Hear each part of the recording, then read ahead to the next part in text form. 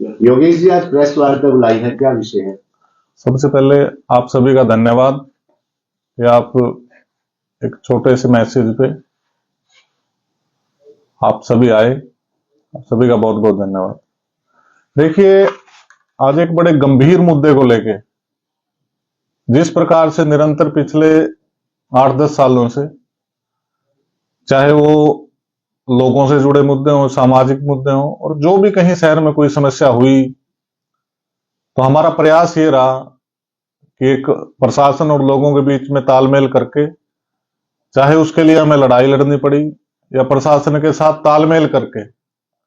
उन मुद्दों को सुलझाने की बात हो, तो हम निरंतर ये प्रयासरत रहे हैं कि जो सुविधाएं सरकार और प्रशासन द्वारा लोगों को दी जाती है उसमें किसी भी प्रकार की कोई बाधा और या कोई व्यक्ति उसके अंदर बाधक है तो हम लोगों को उसके प्रति अवेयर करें और उनको सीधा सीधा ये बताएं कि किस वजह से जो सरकारी सुविधाएं हैं या कोई किसी कॉलोनी की, सेक्टर की कोई समस्या है कि किस वजह से वो चीजें लोगों के विपरीत आई हुई है या कौन उनमें बाधक है। उसी कड़ी में आपने सभी ने, लगभग शहर के सभी निवासियों को ये पता है कि पिछले, ये कई साल पहले की बात है, 3-4 साल पहले सेक्टर 3 में एक बहुत बड़ी समस्या आई थी पीने के पानी की। पीने के पानी का लेवल इतना गंदा हो चुका था कि उस वजह से बीमारी फैल के, एग्जैक्ट मेरे ध्यान में अभी 4-5 डेथ कुछ हुई थी, और उसका सीधा सीधा कारण पीने का पानी पाया गया था कि किस प्रकार से वो पानी पीने के लायक नहीं था, उससे बीमारी फैली और कुछ मृत्यु यहां पे हुई। और मैं तो उस समय भी प्रशासन का धन्यवाद किया हमने कि वो सारी पाइपलाइन दोबारा से चेंज करी गई, पानी की व्यवस्था को दोबारा से दुरुस्त करके आज लोग स्वस्थ पानी पी रहे हैं और साफ है। उसी कड़ी में मैं पिछले 10-15 दिन से, मुझे बहुत सारे लोगों ने एक बात कही कि शहर के अंदर पीने के पानी की बहुत गंभीर समस्या है, और उसके अंदर विशेष तौर पर शहर का कुछ एरिया आता है, मैं उनके नाम भी आपको जगह के बताऊंगा, जिसके अंदर खट्टापुर मोहल्ला, अंचला चौक, सौदागर मोहल्ला, अमन पैलेस, मसीता हाउस और अंचला वाली गली, ये एक रिपोर्ट है जो सरकार की स्टेट वाटर टेस्टिंग लैब से ये पानी टेस्ट होके, और इरिगेशन ने, सॉरी पब्लिक हेल्थ ने नगर परिषद को इसके बारे में लगभग 6 बार लिखा, नगर परिषद थानेसर को, कि आपका पानी पीने के लायक नहीं है, आप इस पानी को, इन ट्यूबवेलों को बंद करवा के साफ पानी की व्यवस्था करें ताकि लोगों के स्वास्थ्य के साथ खिलवाड़ ना हो। देखिए, राजनीतिक मुद्दे हम हमेशा उठाते हुए आए हैं, परंतु शहर का निवासी होने के नाते और एक सामाजिक आदमी होने के नाते हमारा यह भी दायित्व बनता है, अगर लोगों के स्वास्थ्य के साथ सरेआम खिलवाड़ हो रहा है तो उस चीज को कहीं ना कहीं, क्या पता कुछ ऐसे लोग भी हो सेक्टर इन एरिया में रहे जिनको यही ना पता हो कि हम क्या पी रहे हैं, और इसकी वजह से हम तो जेल चुके हैं। 5-6 डेथ सेक्टर में हमारे हुई। तो मुझे ये लगा कि मैं आप सभी के माध्यम से सरकार और प्रशासन, और जो लोग, चाहे वो विधानसभा में खड़े होकर चिल्लाते हैं, चाहे लोग यहां इलेक्शन के टाइम में लोगों को झूठे वादे करते हैं, मैं उन लोगों को भी, दोनों नेताओं को जो हमारे कुरुक्षेत्र के मेन हैं, चाहे वो पूर्व के एमएलए हैं और चाहे वो आज के एमएलए हैं, आप इस चीज पे संज्ञान लें और लोगों की भलाई के लिए कम से कम लोगों के साथ ये ना हो कि किसी को कैंसर हो, किसी के छोटे बच्चों को ये बीमारियां झेलनी पड़े, क्योंकि पानी हमारे शरीर का एक बहुत महत्वपूर्ण वो है कि पानी क्योंकि से ही सारी बीमारियां उत्पन्न होती हैं। तो आप इसमें देखेंगे कि हेल्थ विभाग ने पहला लेटर नगर परिषद को 18/1/2023 को लिखा, दूसरा लेटर 6/3/2023 को लिखा, तीसरा लेटर 17/4/2023 को लिखा और चौथा लेटर 19/10/2023 को लिखा। 2023 से लेके और आखिरी लेटर 20/3/2025 को लिखा। और इसमें सीधा सीधा लिखा है कि ये पानी स्टेट वाटर टेस्टिंग लैब से चेक करवा के, और उस लैब की रिपोर्ट में सीधा ये लिखा गया कि पानी नॉट पोर्टेबल है। और मैं आपको नॉट पोर्टेबल का मतलब हिंदी में समझाऊं, आप सभी इसको गूगल भी कर सकते हैं। नॉट पोर्टेबल वाटर का अर्थ है न पीने योग्य पानी। ये पानी हम सिर्फ टॉयलेट में और एग्रीकल्चर वर्क में यूज कर सकते हैं। और आप नगर परिषद के अधिकारियों की लापरवाही देख लें कि किस प्रकार से पिछले 3 साल से, अगर पब्लिक हेल्थ उनको कह रही है तो क्या उनकी ये ड्यूटी बनती है कि लोगों के साथ इस तरीके का खिलवाड़ करें? तो कहीं ना कहीं एक विभाग की लापरवाही की वजह से आज हजारों लोगों का, हजारों बच्चों का स्वास्थ्य खतरे में है। और जितने भी मेरे साथी, हमारी माताएं बहनें उस एरिया में रहते हैं, उनके स्वास्थ्य के प्रति यह विभाग कितना सतर्क है, आप इनकी इस कार्रवाई से जान सकते हैं। मेरा तो हमारा शहर अब सीएम सिटी कहलाता है, और जो भी एरिया है ये पुराना कुरुक्षेत्र है, पुराना थानेसर है, शहर का दिल है। और हम अगर वही नहीं ध्यान दे सकते तो हम क्या उम्मीद करेंगे कि अन्य शहर की तरफ आपका क्या ध्यान होगा। मैं एक रिक्वेस्ट हमारे एमएलए जो अरोड़ा जी हैं उनसे भी करूंगा, आप थोड़ा सा ध्यान, क्योंकि आप लोगों द्वारा चुने गए विधायक हैं, चाहे पक्ष में विपक्ष में, वो चीज एक मायने उसके अलग हैं, परंतु लोगों के स्वास्थ्य के प्रति आपकी भी ये ड्यूटी बनती है, इस चीज पे संज्ञान लें। और इनको तुरंत प्रभाव से पहले तो ये जो ये ट्यूबवेल हैं इनको डिसमेंटल किया जाए, ताकि लोगों से आगे का खिलवाड़ ना हो। और तब तक इन लोगों के लिए कोई ऐसी व्यवस्था टेम्परेरी, जब तक नए ट्यूबवेल नहीं लग जाते तब तक इन लोगों के पीने के लिए कोई ऐसी व्यवस्था की जाए ताकि वो इन बीमार पानी से बच सके। और मेरा दूसरा निवेदन, जो पूर्व में निकाय के मंत्री और कुरुक्षेत्र के आज अपने आप को होली सोली कहते हैं, चलो अरोड़ा जी तो नाम के एमएलए हैं, परंतु असल में अपनी जो शक्तियों का प्रयोग कर रहे हैं वो सुभाष सुधा जी। मेरा सुभाष सुधा जी से भी निवेदन है, जिस प्रकार आप अभी नया नया लोगों ने देखा एमसी के इलेक्शन में, पूरे शहर ने आपको बड़ा प्यार और मान सम्मान दिया, परंतु उस मान सम्मान का आपका तो पुराना घर भी मेरे ख्याल से उसी एरिया में है। और ऐसा नहीं हो सकता कि आपको इस समस्या का ना पता हो। तो आपका बहुत ज्यादा दायित्व बनता है, क्योंकि आप सरकार में भी हैं और बड़ी अच्छी रसूखदार पहुंच पे भी हैं।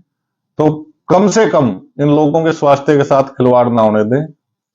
और जल्द से जल्द इस चीज पर संज्ञान लेके, मुख्यमंत्री जी का शहर है, सीएम सिटी हमारा थानेसर कहलाता है, और अभी अभी उन्होंने तो शहर को एक, उसके लिए हम धन्यवाद भी करेंगे कि उन्होंने कुरुक्षेत्र को मेरे ख्याल से कोई नया नाम देने की घोषणा करी है,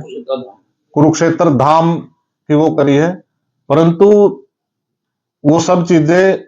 एक स्वस्थ और अस्फुट जीवन अगर लोग जिएंगे, उससे वो चीजें सही रहेंगी। मेरे ख्याल से इससे गंभीर समस्या उन लोगों के लिए जो इस तरीके, जिनको यही नहीं पता हम पानी किस तरीके का पी रहे हैं, आप किस प्रकार से उन लोगों के साथ खिलवाड़ कर रहे हैं। तो मेरी यही रिक्वेस्ट है, और एक प्रार्थना मेरी उन साथियों से भी है, मुझे एग्जैक्ट ये नहीं पता है किस वार्ड में पड़ते हैं शहर के, 31 और 1-2 वार्ड, वो भी हमारे नए जो नवनिर्वाचित भाई पार्षद भाई हैं,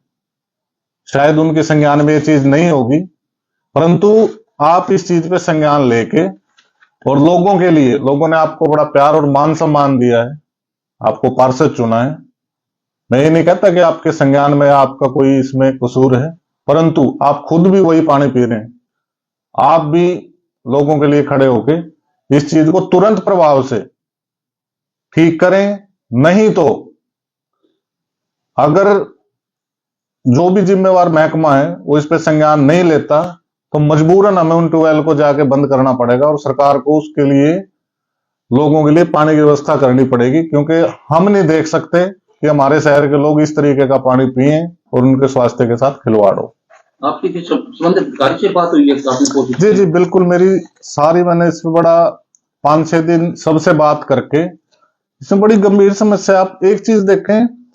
पब्लिक हेल्थ नगर परिषद पे थोपता है, नगर परिषद उसको पब्लिक हेल्थ पे थोपता है, दोनों डिपार्टमेंट आपस में लेटरों का खेल खेल रहे हैं बस। अगर आप सही में वो हैं तो पब्लिक हेल्थ की ड्यूटी बनती है, वो पब्लिक हेल्थ के ट्यूबवेल हैं, अपने ट्यूबवेल को बंद करें। अगर वो ट्यूबवेल बंद होंगे तो कोई ना कोई व्यवस्था तो पानी की बनेगी जब तक नया ट्यूबवेल नहीं लगता। और नगर परिषद के पास मेरे ख्याल से हर वार्ड में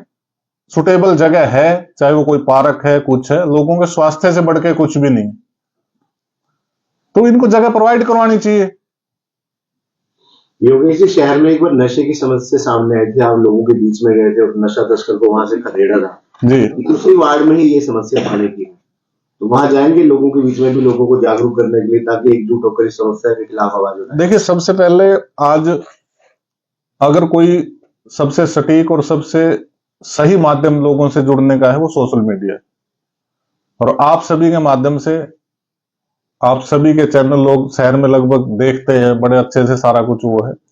तो मैंने सबसे पहले जरूरी समझा कि आप सभी के माध्यम से ये बात लोगों तक पहुंचाएं, और जो भी व्यक्ति इस चीज में, चाहे वो करंट में एमएलए हो, चाहे पूर्ण में एमएलए हो, पूर्व में, और जो भी विभाग हैं, एक बार उनके संज्ञान में ये लाना जरूरी था कि हम इस चीज से अब लोगों को अवगत करा चुके हैं और हमें ये पता है कि किस प्रकार से 2-3 साल से लोगों के स्वास्थ्य के साथ आप खिलवाड़ कर रहे हैं। तो एक बार तो आपके माध्यम से हमने बता दिया, हम लोगों के बीच में भी जाएंगे, और अगर जल्दी से जल्दी समस्या का समाधान ये नहीं करते तो हम खुद जाके उन ट्यूबवेल को बंद कर देंगे।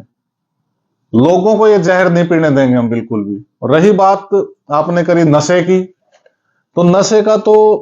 राजेश जी लगभग शहर का हर एरिया, मैंने कल परसों भी एक पोस्ट डाली थी, शहर के सेक्टरों में देख लें, कम्युनिटी सेंटर जितने भी हैं, कम्युनिटी सेंटर बनाए गए थे लोगों के लिए, ताकि कोई शादी ब्याह दुख सुख के लिए उसको यूज कर सके। परंतु बड़े दुर्भाग्य की बात है कि आज वो नशेड़ियों के अड्डे बने हुए हैं, छोटे छोटे बच्चे वहां स्मैक पीते हैं और बेचते हैं। तो इस प्रकार की समस्या, देखिए अकेला योगेश इस चीज में मुझे नहीं लगता कुछ कर सकता है। जब तक सरकार और प्रशासन का, हम हजारों बार पुलिस को भी कहते हैं, परंतु किसी पे इस चीज के कोई जू नहीं रेंगती। प्रशासन इस चीज में बिल्कुल लापरवाह है, पुलिस प्रशासन। मैं बड़ा इसको कहने में कोई गुरेज नहीं करूंगा कि नशे को रोकने में अगर प्रशासन चाहे तो 2 दिन के अंदर शहर से नशे को साफ कर दे, परंतु नहीं, उनको पता नहीं क्या हमदर्दी है ऐसे नशेड़ियों से, उनको पूरा सहयोग देते हैं, पूरा मान सम्मान भी देते हैं। तो किस प्रकार से हम उम्मीद कर लेंगे पुलिस प्रशासन से उसको वो ठीक कर लेंगे। सुनने में आया कि योगेश शर्मा ने भी अपनी सुरक्षा के लिए कोई एप्लीकेशन दी थी, उसके ऊपर भी 1 हफ्ते से ज्यादा समय हो गया, कोई कार्रवाई नहीं हुई। वो क्या था, एक 2-4 बच्चे हैं छोटे और हैं सेक्टर 3 के ही। क्या था, उन्होंने काफी दिन से, हमने उनको समझाया भी, और सेक्टर की मार्केटों के अंदर उन्होंने बड़ा भय का माहौल क्रिएट कर दिया। बल्कि मैं